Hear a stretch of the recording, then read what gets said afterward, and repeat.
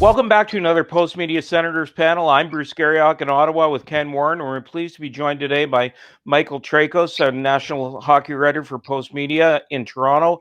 Guys, let's start with the Senators. Kenny, the make a goaltending coach change yesterday with Pierre Groulx being moved out of the position and Zac Bierk being moved in. This obviously has a lot to do with Matt Murray. I would think so. I mean, you never right sure all of the background noise behind it, but I mean, if you look at the numbers with Matt Murray, I mean, he's coming back now off injury, right? He's probably going to play in the next couple of games here. 880 save percentage. Never really found his footing here. Then he got injured, so he's coming back off the injury, and maybe it's a restart for him, maybe a fresh voice for him to try to get some positive vibes and some thoughts in there. But they really need Matt Murray is not a short term issue here, right? 4-year contract. He's going to be here for a while. They got to have somebody he can work with. And, I don't know if he has had any connection with Matt Murray, but he certainly has a connection, Zac Bierk, with DJ Smith. And so it's a chance to reset the Matt Murray situation here. You know, Michael, a place I think you've spent a lot of times in the last few seasons is Pittsburgh, and you've seen a lot of Matt Murray firsthand. To me, he just doesn't look like he's challenging shooters enough. He's back too much in his net. Can you change a goalie coach in midstream like this, and then hopefully change your luck? I guess. Yeah, well, Bruce, like the Montreal Canadiens made a similar move and bringing on Sean Burke to try to correct what was ailing Carey Price. And, we've seen the best of Matt Murray, obviously win back-to-back cups. Granted, he didn't play a full season or he wasn't the number one guy in both years. But, for me, this just speaks to, if you're going to have a rebuilding team in Ottawa and you're trying to give them every opportunity to grow and develop, the most disheartening thing is when you've got a goaltender who is constantly allowing soft goal after soft goal. So, if you want those guys like the Brady Kachucks, the Tim Stutzlas, to take that next step, you really have to give them a fighting chance every game. And I think this really speaks to that. You look at what Toronto did when they were in that same sort of position where they wanted to take that next step. They got Frederik Andersen, and they didn't have to get a new goalie coach, but they just needed Anderson to be really their MVP. And on a team with Matthews, Marner, Nylander, and Tavares, you could really point to Anderson being their MVP in those years. And I think Ottawa's looking for something similar out of Matt Murray. That's why they got him. They needed him to be the guy that could keep them in games. And if he's not going to do that, something has to be done. And like you mentioned, he's not going anywhere with the contract that he has. I do believe that a lot of the Senators' problems in those first 15 games were caused by bad goaltending. Now, they seem to have righted the ship a little bit here, and they are playing much better hockey. But the sense is that they will try to move some from veterans out at the deadline. First of all, let's talk about the deadline itself. Is it going to be a busy deadline from what you see, Mike? I don't get that sense.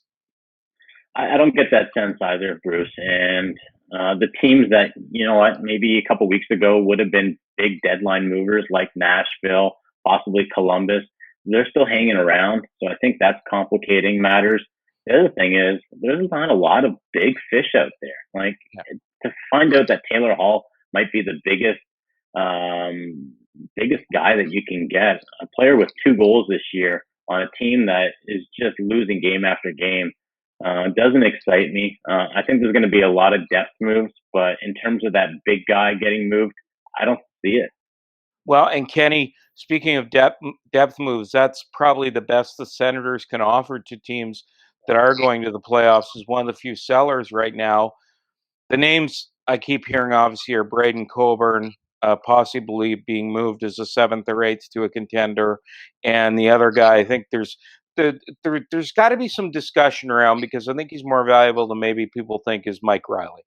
I think so. I mean, I mean, it's been a generally not a great year for a lot of the veterans with the Senators, but Mike Riley, well, he's had a very solid year, and that second pairing certainly stabilized when Zub came in, and Riley and Zub are really very reliable as a pair.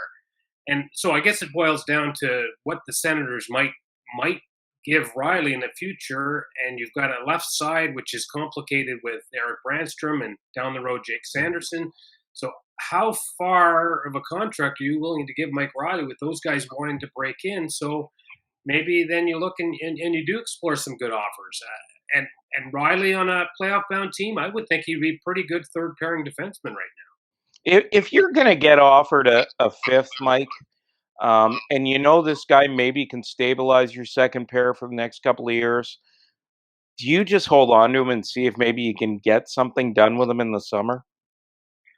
Honestly, that's the way I would do it. I know Ken mentioned Jake Sanderson, some other developing defensemen that Ottawa has, and you want them to have a roster spot that they can sort of work towards. At the same time, having a guy like Riley there who can kind of usher them in is never a bad move.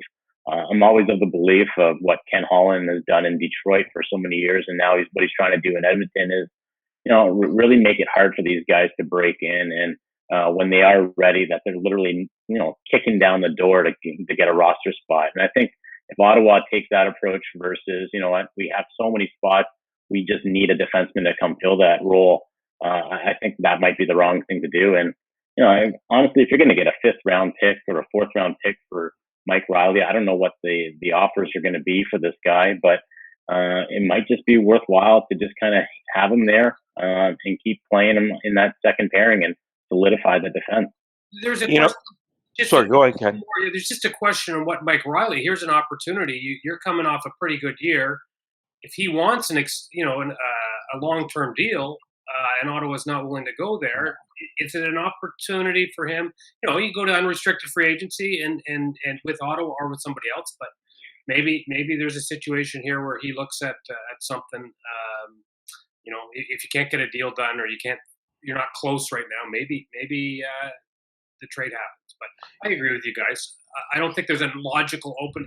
You don't want to give up that for a 5th round pick if there's a chance of re-signing him to a long-term deal. Mike, we've got you here, and one of the things we want to do is kind of move around Canada a little bit and discuss the trade deadline. And guys, let's start with the Calgary Flames because they are a seller without question. I imagine they're probably sitting in Calgary right now talking about how bad their team is.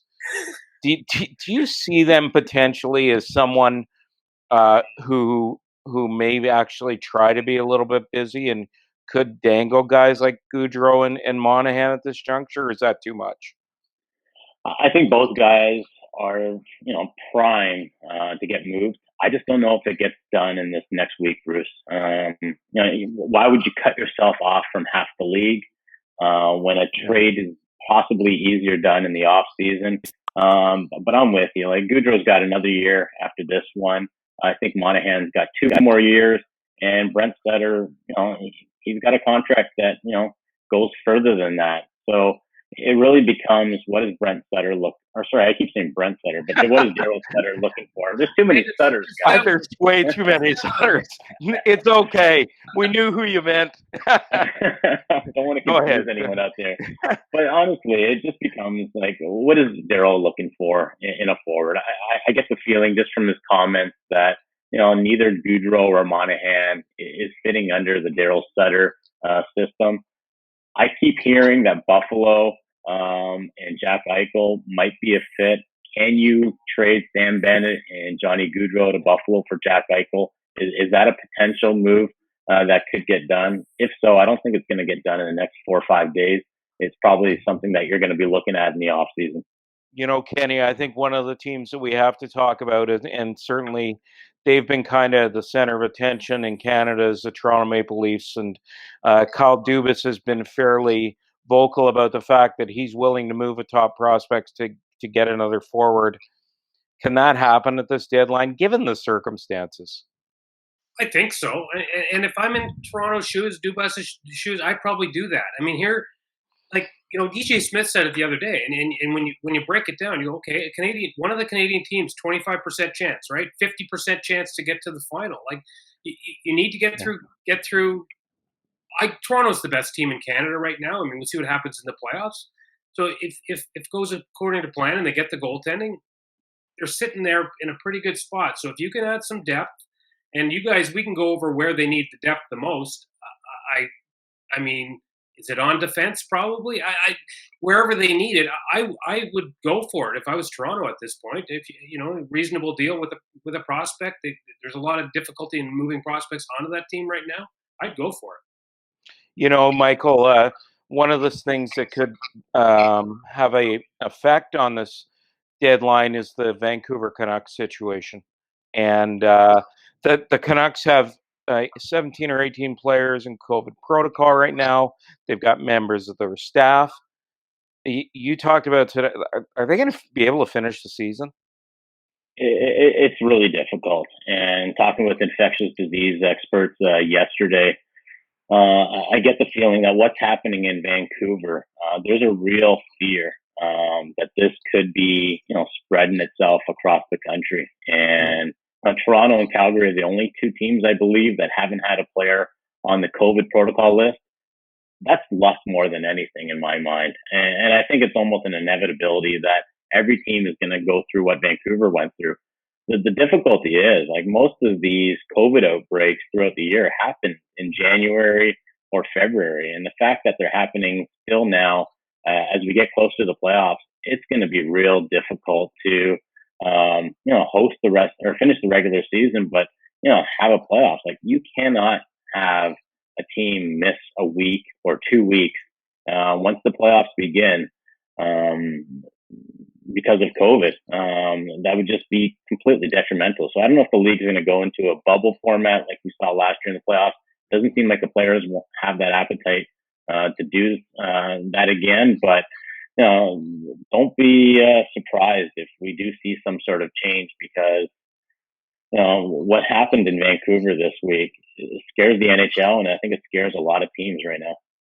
Kenny, before we wrap up here, the Senators have 4 games left against the Canucks. I think everybody here sitting here wonders if those are actually going to be played. Well, I guess at some point you have to decide whether you're going to a percentage basis. And maybe perhaps when you're talking Ottawa, Vancouver, there's some good fortune in the sense that neither one of those teams had a legitimate shot at the playoffs anyway. And maybe, if baseball did it where certain teams played more games than other teams and they went with the percentage basis by the end. But I mean, it's not ideal by any means, but you can't extend the season forever, right? Yeah. I mean, you have some timelines here. What is it? A week? What's their window? An extra week or two that they? Week and a half or something, Ken. Yeah. So, I mean, at some point you have to see what you can get done and what you can't get done. Well, it will be interesting to watch the last 4 or 5 weeks of the season, because to me, right now, the schedule seems like a moving target. We thank you for joining us here on the Post Media Senators panel. For Ken Warren and Bruce Garrioch in Ottawa, Michael Traikos in Toronto, thank you.